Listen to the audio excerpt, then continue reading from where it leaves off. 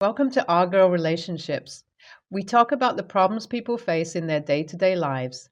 Let's start with the video. It all started back in college, freshman year.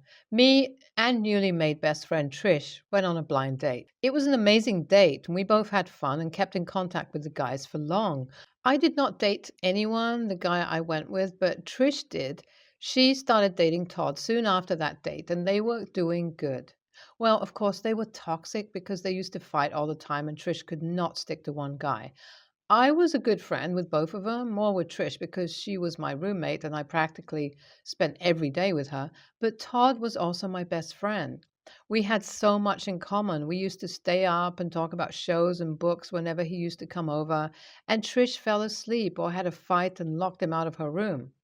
We grew pretty close. So when Trish and Todd broke up, it was pretty complicated. Technically, Trish cheated on Todd, and I knew about it. And Todd had also been looking for breaking up, so it worked for them. Trish said that she was fine with me staying friends with Todd, so I did. Todd and I used to watch shows and just hang out together. Slowly, even Trish started to join us. We all were just friends, and then just after graduation, Todd confessed his feelings for me. Todd has been my best friend throughout the college, and I was so comfortable with him, I could see no reason not to give it a shot, other than how Trish will react. So I did not give an answer to Todd. I wanted to talk to Trish about it. But when the next time I saw Trish was with my brother, making out on our kitchen counter. She told me that she could explain, and I told her that she better be, because my brother was then 31 years old and a divorcee, while Trish and I were 23. We sat down to talk, and she told me that she felt a connection with my brother since he visited last Christmas, and that they have been wanting to tell me, but they were not sure how I would react and everything. Last Christmas, I have seen her bring guys home at least 10 times since last Christmas, and by the looks of her, I could tell that she knew what I was thinking. But I fought to use the situation in my favor, so I told her about Todd. I said I was fine with whatever she and my brother had going on, but I wanted to say that Todd had asked me out and I liked him too, so I was going to say yes to him. I did not ask her for permission. I simply stated that, but to her it's definitely looked like I was begging her to say yes because she started saying, of course, and she would never mind, and that she is very happy for me. So it went on from there. Trish never had plans to hold a career. I knew that. So it was not surprising to me when I found out that my brother proposed to her after 6 months of officially dating. My brother is a lawyer and very well off, so I understand why she wanted a ring on her finger as soon as possible. Meanwhile, me and Todd were taking things slow. We were going on dates and making memories and traveling. In all that time, Trish had 2 kids. I had been so happy for my brother. He always wanted a family. He was devastated when his first wife cheated on him with his assistant.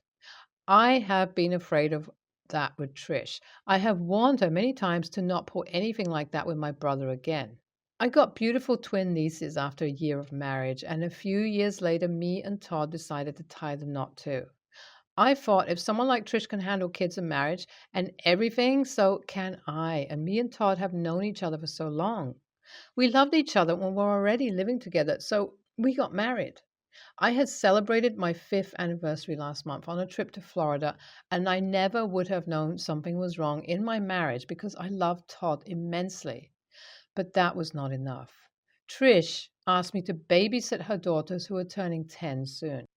Since Trish was not exactly a favorite of my parents and my brother is almost out of town, and Todd was not here for 3 days, I agreed to take the kids. She had been sitting at home for too long now and wanted to start her fashion business, so she needed to meet some people and could not be at home for at least 2 days. I was impressed that she wanted to start working and she was quite good at clothes, even though we both majored in advertising. But whatever, I believed her nonsense like a fool because that night one of our classmates from college sent me a picture of Todd and Trish laying on a beach that did not look like a picture from 10 years ago. I FaceTimed Todd immediately, desperately hoping he could pick up, but he did not. Instead, he called me normally after 2 minutes. He asked what's wrong, and I told him to pick up the FaceTime, to which he said he's at dinner with his clients and he cannot. This drove me mad, and I took my work phone and dialed Trish's number. There she was, beside my husband, because I could hear her phone ring so clearly. She immediately hung up, but I had heard enough. I hung up and cried. I just cried and cried and cried, and my eyeballs out, because I knew Trish, but I did not think that she would do it to me, or that Todd would do it. The girls heard me crying and woke up from their bed to come and ask me what was wrong. These were my nieces and my brother's daughters, too, not just that bitch's. So I took the girls, packed their stuff, and got on a flight to New York to my brother. On the flight, I did not let the kids sleep. Not that they wanted to, but I needed them to know how much of a bitch their mother was. I told them what she did to their daddy and how much it will hurt him and me. They started crying, on which I consoled them, but I needed to tell them what happened. We soon landed, and I went straight to meet my brother before Trish could spurt lies to him. I told him everything from the college and how she always brought boys home, even when she was with him, and now she's doing it with my husband. He was furious at me first, but I showed him the photo and told him about the calls and showed a million text messages of Todd saying sorry to me, that it was a coincidence, but I could not believe him. Todd was supposed to be traveling with his team to Seattle to close a deal, while Trish was going to LA to meet a designer. They could not possibly coincidentally end up at a beach naked when they were both supposed to be working.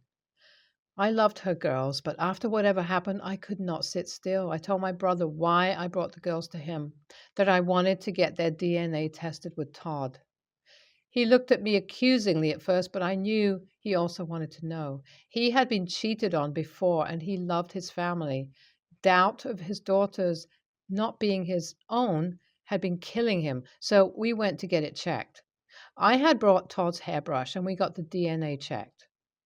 Thank the gods that it did not match with Todd's, but when my brother decided to get it tested with his, it did not match with his either. He broke down crying.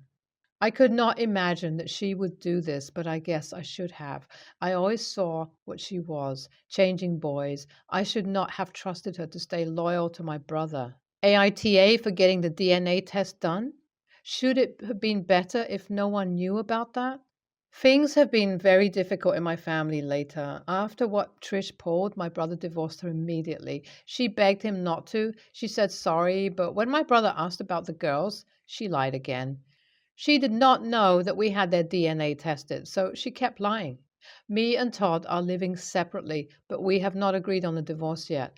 I just do not want to see his cheating face. The girls have been living with me because I have been feeling like it is my fault that they are going through this traumatic experience at such an age. Trish refused to take the girls unless my brother agrees on making things all right. My brother loved the girls, but the knowledge of them not being his daughters is too much for him to accept them.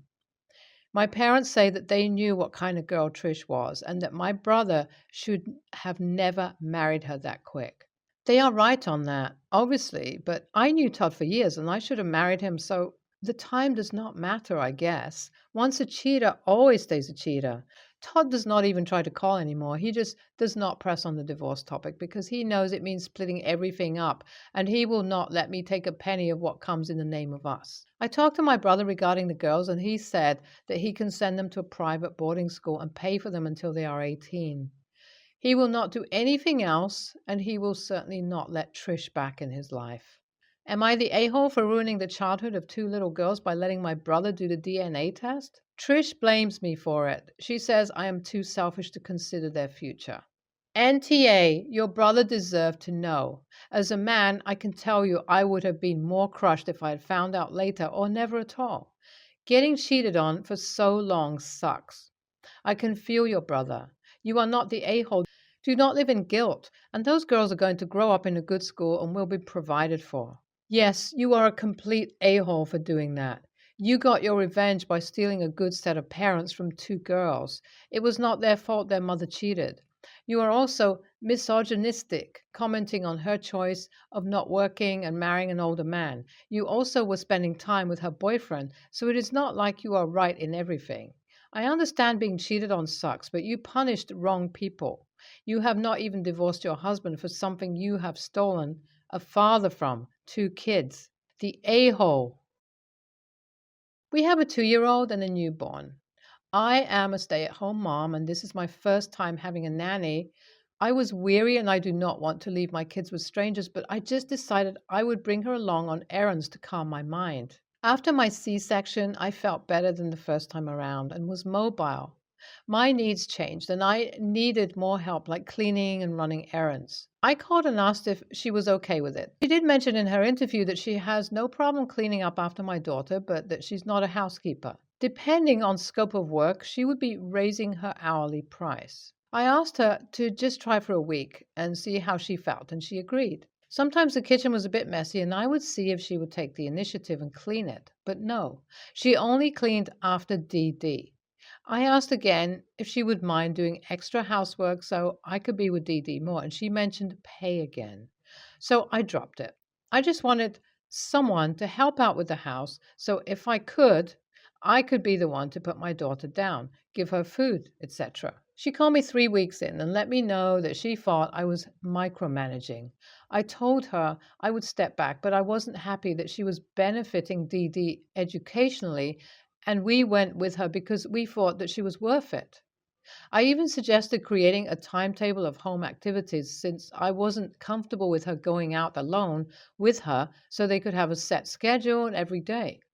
There was also incidents where she was on the phone around my daughter and I let her know that was unacceptable and she took accountability. I also wanted to add that she wasn't flexible and often couldn't stay late when I asked due to other nanny gigs. About a month, I was observing her clean up blueberries Dee Dee had thrown while she was eating. She swept everything except this one small piece of the smashed blueberry. I watched as she left it under the island, threw away the Swifter pad, and went to the bathroom. I was mad and I didn't want to say anything for fear of her saying I'm micromanaging, but I couldn't hold back. I thought maybe that she would come clean it up after she got out. I sent Dee Dee to go play and waited for her. I asked if she was finished cleaning and she said yes. I showed her the blueberry piece she had left and she said she thought she'd swept all the blueberries and didn't see that. I didn't believe that because I was sitting right there watching her and I saw her put it there and leave it. I told her that she had already made it clear that she wasn't comfortable doing extra housework at her pay, but if she couldn't even keep Dee Dee's area clean, this wouldn't work. After a little back and forth, she said that she's not comfortable and will be resigning. I told her I agree that she should leave, and she said goodbye and left. I paid her for the full days out of the week that she worked, and plus 3 hours. So, AITA, I don't think me upkeeping the standards I set for my own house are micromanaging, and I think I'm within my right to want things a certain way. YTA, and seriously so. You don't trust your nanny. Want her to clean despite her repeatedly telling you that you'll need to pay her for that. Apparently, watch everything she's doing and nitpick it the moment she's done. Create passive aggressive trap situations and never explain them and get mad when she doesn't read your mind. The constant watching in particular would drive me up a tree. You sound like an awful person to work for. YTA. Now, I've never been a nanny, but have worked with infants and toddlers for over 15 years in daycare settings. If you don't trust me enough to leave your child with me, don't leave your child with me. Not everyone is comfortable with having their children with someone else, but you have to own that yourself. My dad has passed away and I have gotten all of his inheritance. My dad raised us in strict military style household. He was a horrible father who takes things to the extreme in our childhood, and all of his children stopped talking to him. He treated us like we were his property and belittled us all the time, almost as if he hated our existence. He actually disowned me when I was 15 because I got pregnant out of marriage with a man who was black and kicked me out to fend for myself. So I had to figure out how to provide for myself and my child. My dad ended up contacting me a month after my mom passed away, crying and apologizing on how he treated me and my siblings, and asked if we could meet up. I decided to meet up with my dad because even though my dad wasn't the greatest father, it doesn't change my love for him. When we met up, my dad seemed very genuine, so I continued seeing him, which increased to me seeing 3 times a week. My dad also tried contacting my siblings, but none of them gave him the time of day. I spoke to my siblings about the issue, and they basically told me to allow him to die a lonely death. Later on, my dad got super sick, and I ended up moving in with him with my two children to help care for him. I learned things about my dad that I never knew, and I actually started to love being around him and see him as a different person. I chose to forgive him. It was hard looking after my dad and my two children as a single mother, but I pushed myself through it until his death. But during the hard times, I asked my siblings for help, and they both mocked me for even helping my dad. Told me I should just throw him in an old age home, and even asked for me to take pictures of him so that they could see him weak. My siblings and our relationship used to be super close, but ever since I started talking to my dad, they became distant. Now that my dad has passed, I have inherited everything from him and learned that my father owned a lot more properties and had a lot more money than I could have ever imagined. My siblings feel like they are entitled to some of the inheritance and have told me if I don't give them any, they'll stop talking to me and that I'm becoming like my dad. They feel like since they had to go through having my dad as a father, that they deserve some kind of payout. I disagree with them. The reason I got the inheritance is because I gave my dad another chance. I helped him when he was at his weakest, and I went through a lot, juggling raising my children and caring for my dad without any of their help. Even when I begged them to help, they just made fun of me for helping my dad and choosing to forgive him. Now, forgiveness is a choice, and I respect their choice not to forgive, but they didn't respect mine to forgive him and added more difficulty to my life. They act like it was either them or my dad, and now are acting like I'm being selfish for not sharing the inheritance my dad left for me. Am I the a hole for not giving some of my inheritance to my brother and sister? NTA, the father had every right to leave his property to his one child that he had a relationship with. It isn't pettiness on the deceased father's part to reward the child who loved and cared for him when he was ill. Dad wasn't shitty to the end. He sought out the OP to make amends. As she said, he cried and apologized for the way he mistreated her. OP and her father built up a relationship. Her sibling had that choice but refused to do so. They also mocked OP, a single mother with two children, for having a relationship and caring for her father in his home. And now that the father left her with an inheritance, they demand money and threaten emotional blackmail to make her comply. They are AH.